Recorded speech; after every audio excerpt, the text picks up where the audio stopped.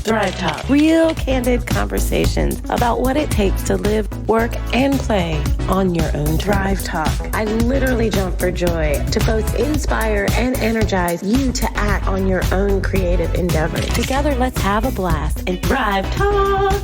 Thrive Talk. Thrive Talk. I just love Thrive Talk. All right, ready? And 3, 2, 1. Hey! Hey! How's it going? Hey, girl, hey! So this is a very exciting moment. It's that exciting. It's that exciting. We are here today, me, Samantha Morgan, you, Jen, with 2 N's, Oken, here today for the last 2 episodes of season 1. That's so amazing. Can you believe that? I can't. Well, No, I can, because we're sitting right here. I know, exactly, because we did it. We did it. We're here. I am the producer / Wonder Woman. Uh-huh. And I'm going to tell you, she has been a Wonder Woman for me the last couple of weeks.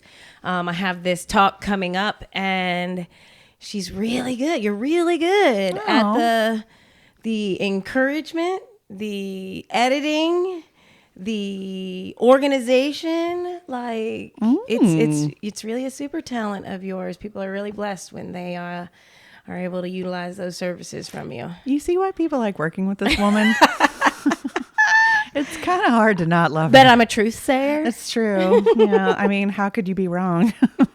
Just saying. So, Miss Oken, I have a very big question for you to start off these last 2 episodes. I think we need to make it a 2-parter, and it's going to be all about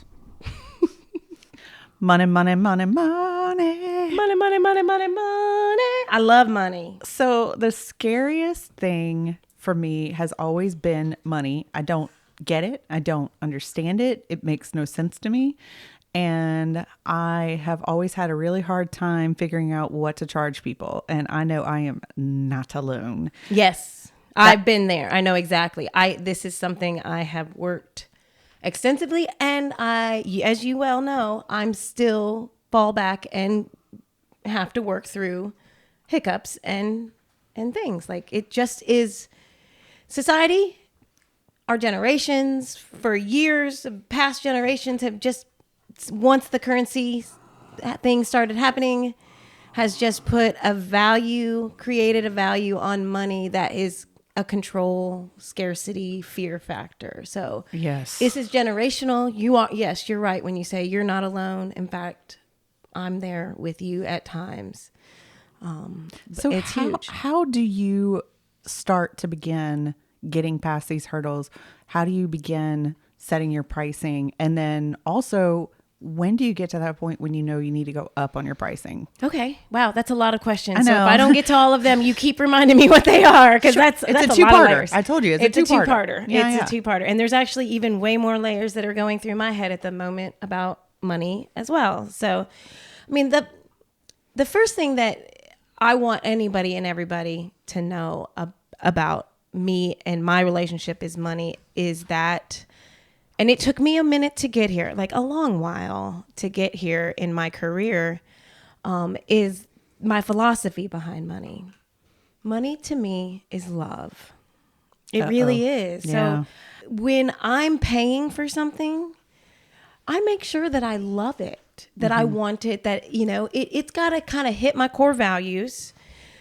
And that took me a minute to kind of, bring that into. I actually understood the exchange of services for money was love, an exchange of love. People love me, love what I do. They like what I can provide for them. And so the only thing that they can give back to me is money. Right. So then it becomes an exchange of affection and relationship. Not the relationship with money, because that's a whole different beast. It's the relationship with the person that you are having. So if that's why relationships are really important to me with my clients, because if I have a good relationship with them, I don't have a problem asking them for money, because I know that's how they tell me they love me. In fact, I get tipped. So it's on top of it sometimes. Oh. And that's an even more space of gratitude. The other thing is when I'm Clients, if you're listening, I would like a tip as well. Go on. And you know, tip was made because it's to ensure proper service. Yes, it is. So, you know, there is definitely, that's a whole nother beast too. She's balls, man. We could go on. This could be like a whole season. Welcome to season 49 of Thrive Talk. We're still talking about money because it's that complicated. You have to simplify it. Yeah. Simplify each layer of it and understand that within the idea of exchanging money for goods and services and crafts, you know, when you wheel and deal, when you get something for cheap, in turn, you're not getting as good of a product. Even with somebody like me who has a lot of value put on my services, when somebody tries to get a discount or wheels and deals me, my energy level falls. My want to desire to be there, my passion, Yeah. it lowers. The thing they're paying for. And that's what they're paying for. Right. Like that's the energy of love and affection and relationship that I'm kind of talking about. It goes both ways. And when I have raised my prices and somebody does not even balk at what I'm charging, I'm going to tell you my energy level raises. Sure. My excitement, my gratitude for them. And If it it all doesn't- reflects in the quality that I'm giving them. Yeah. And if it doesn't, then you're probably not in the right business. Yeah, right? Like it's there are situations and there are products that you can fluctuate with money and stuff Right. like that. You can always be proven wrong, but almost always in a service industry, you know, a creative industry. Yeah. And you're not only paying for the time and effort, you're paying for all the experience, the years it took them to learn their craft, the continuing education that we were just talking about that the other day. I'm making that face because I was just saying the other day that You're evolving your craft. I totally quoted Jen and I said, see, I'm sitting there listening to an industry podcast. It's a podcast about podcasting because, you know, I mean, that's a fascinating topic. Right. But it was like industry news and, you know, keeping up with the things. And I said, see, this isn't being built to anybody right now. No. It's only happening right now because I want to stay on top of this because of my passion. And it brings value to your craft. It does. It does. And so, and people don't see that and they need to be educated about Right. that. And the people that need to hear that might not be listening. Right. But I'm not upset with people that don't know that either. Right. Like what you charge and why you charge is a communication and education between you and the client. Absolutely. So but getting back to what's another question you asked at the beginning? Well, let's start at the very beginning. So how do I figure out what I need to be charging? How do I set my price point? We have to take into consideration my first, kind of thing is very easy is to organize and understand everything that you need to pay for to stay sustainable. Chi-Chi, you're right up in my lap. So anything like turning on the lights. Chi-Chi, do you want to speak? Do you have something to say?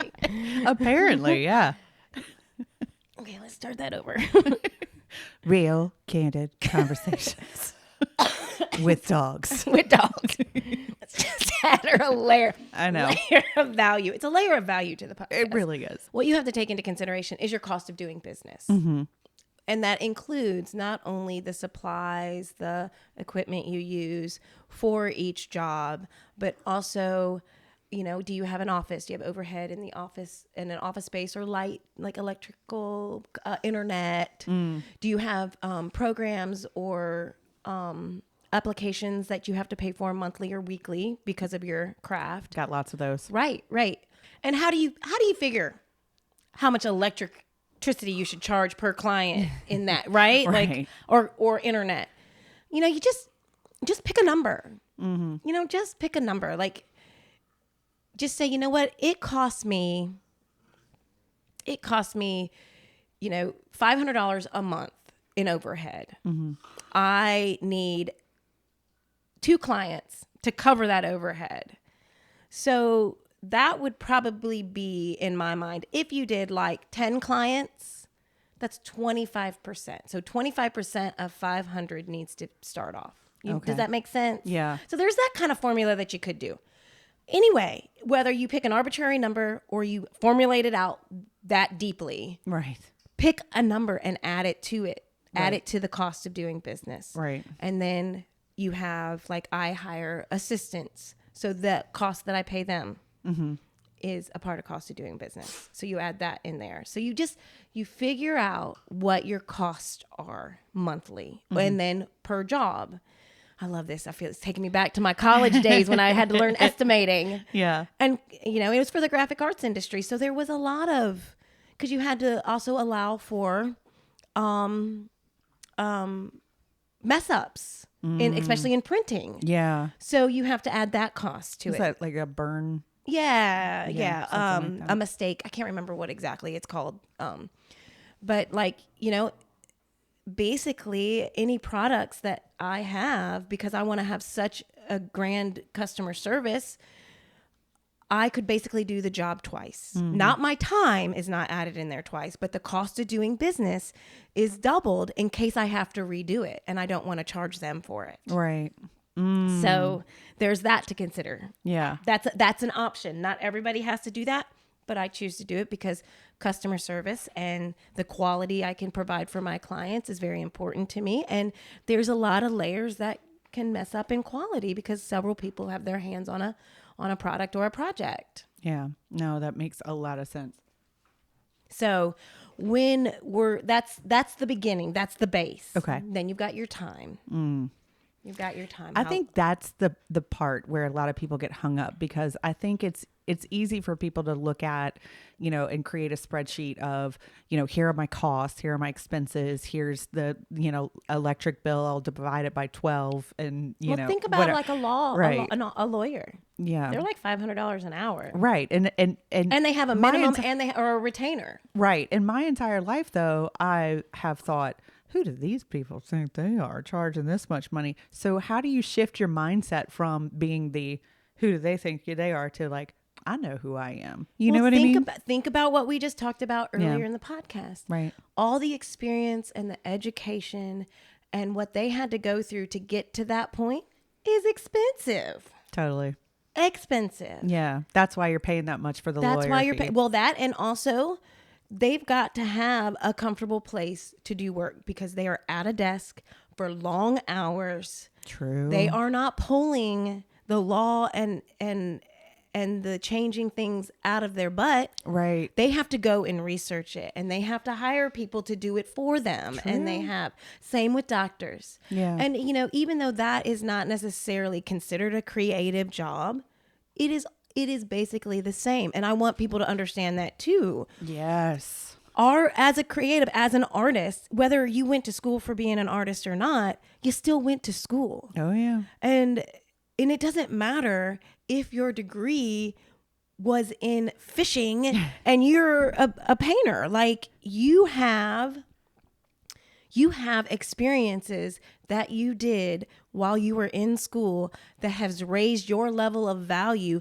no matter what those experiences are. Right. I mean, some of the experiences that have raised my value as a portrait photographer is coaching gymnastics and teaching swimming lessons and connecting with kids and flipping them over through or moving them through fear pretty quickly. Right. So, like, that's what you're paying for when you do your costs. Now, how do you put a monetary value to that? Some of it has to do with I say a lot of it has to do with your value, not your value of living, but your, what do I want to say? Your quality of life. Okay. What is your value? Like, for me, I want to live where I live. Right. I want a more comfortable car Right. You know, for so long. Well, because you're in it for so much. I in it for so Yeah. much. It's valuable to me. It's what I want. Now, Not I can't important to me, though. right? But I can't worry about people seeing me drive down the street saying, man, what is Jen doing driving a luxury car? You know, like that's where we get hung up. Yeah. And that's where, like, if you really want to get down into the layers, we're worried about people judging us that we're spending that money so that we can live in luxury. Damn right. Otherwise, why are you Because I'm doing happy. it? If I'm happy, my passion is there. If I'm comfortable, if I'm feeling good about what I'm receiving and able to live my life very comfortable, it's going to affect the way that I provide services and things Yeah. like that. It's just the way it is. Rich people get it. They get it. Yeah. Yeah. They understand it, and it makes them happy. Right. And when they're happy in life, their services, their crafts, their talents, their product is going to reflect that. And, you know, to me, also another part of the quality of life is spending time with my friends. So I don't want to be working all the time because I want to have energy to hang out with my girlfriends, to hang out with the people I love, to enjoy that. So, you know, it's not all about luxury cars and houses and stuff. It's also about, I want to have time and energy. And if I undercut myself, I'm going to be working a lot. I'm going to be disgruntled. And then I'm just going to be pissed off and I'm going to be a complainer. Right. And the quality of time with my friends is not going to be. So there's like so many crazy levels that people don't even consider. And I've spent a lot of time thinking about it because I needed to move through from a space of relying on other people to show me my value and my worth, to holding the boundary of this is my value and worth. Because when I am getting paid this money, I am just a way better person to be around. And it seems odd to say that, but I hope I explained it well enough. Yeah. Yeah. Like- No, I think so. Let's also say, okay, I need $500 a month to pay for my overhead. So I need to pay at least, I need people to pay me, let's say it's $50 per assignment for overhead if you did 10. If you did 10 a month. So double that. Okay. Okay. 50 Yeah. bucks. So double that. Right. Just in case you don't get 10. Right. You right. got to have add to have in. a pad. Yeah, right. Have a pad. So now you're at $100 for your time. And then you take into consideration, you know, how much time do you have to put into a job? You know, do not pay yourself less than minimum wage. But I would say don't pay yourself less than $50 an hour. But it also, you know, I say that, but then you also have to take into consideration industry standards. And I was going to ask yeah. that is like, how much do you have to be conscious of what other people charge and how much of your time should be spent researching, you know, how many, much. you know, like how do I, who should I be looking at? Should I be looking at the top person? No, you should Okay. be looking at where your level is at that moment in time. Okay. All right. Okay. Don't be looking at people that are younger and only have a year experience if you have 10 years experience. And don't be looking at the people that have 20 years experience when you only have 5 years experience. Gotcha. But also, so it's a good example is when I moved to Baton Rouge in 2007, I did market research and I realized when I looked at the people that were of the same kind of, like that were my peers in the industry, I looked at their pricing mostly so I wouldn't bottom feed them. I didn't want to undercut them.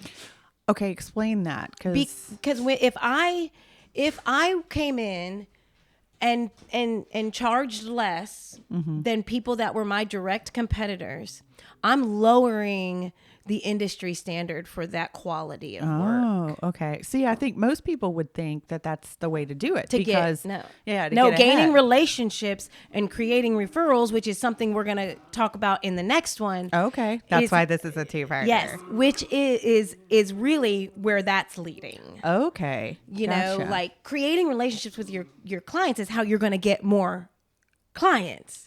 Undercutting somebody so that you can get their clients or get their, is just lowering the industry standard and is not beneficial to any of us, including yourself.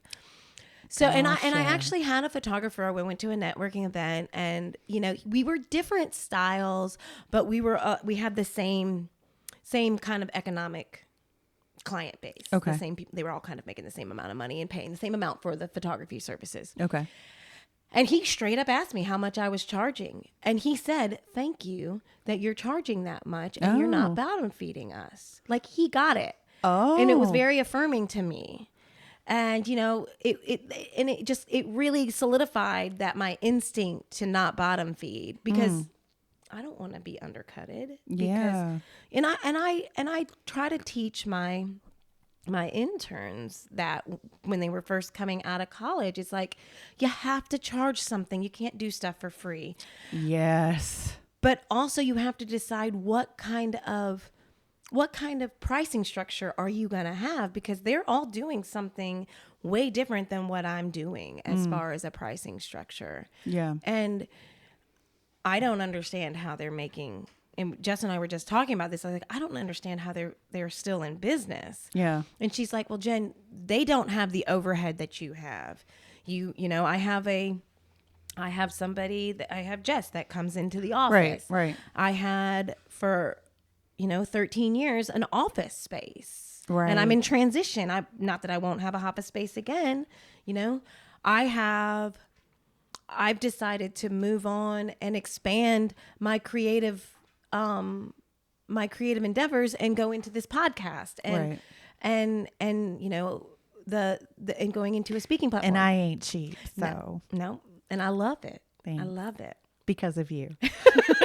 It's your Yes. fault. Okay, so can we be very vulnerable? Sure. At one point, I told Sam that she wasn't charging me enough. It's so true.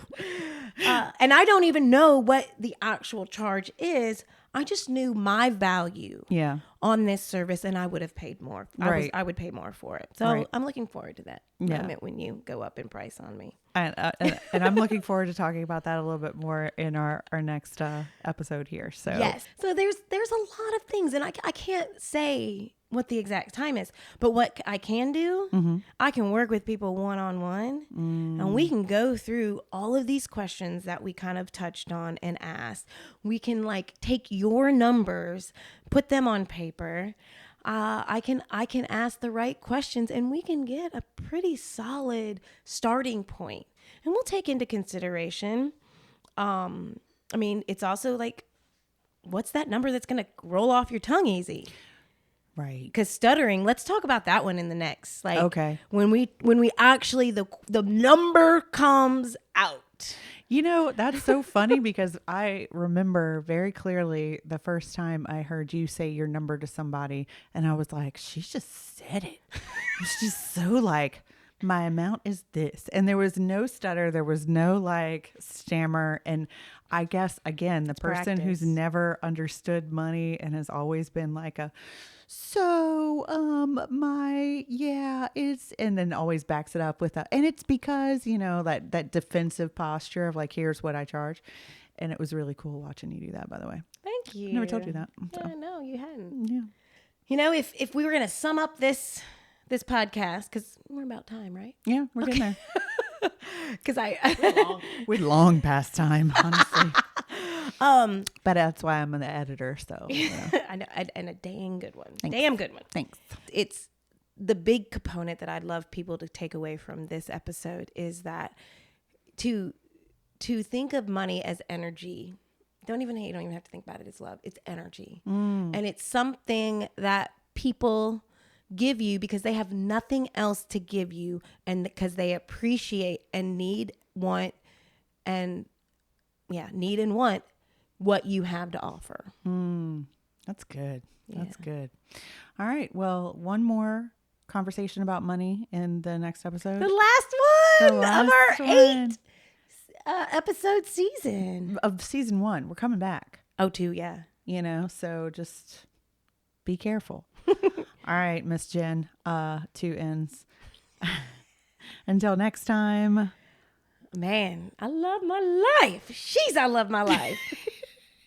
I'm She serious. really I'm does. serious about also mate. Well, no, I'm not going to say it. 'Cause I No, want don't nobody say it else out to loud. take it. Yeah, okay.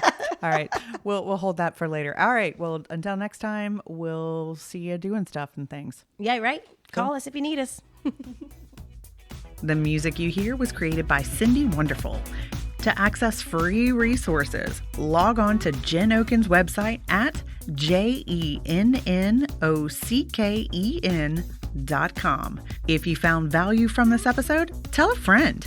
And if you have a moment, leave us a review. Tell us what you think.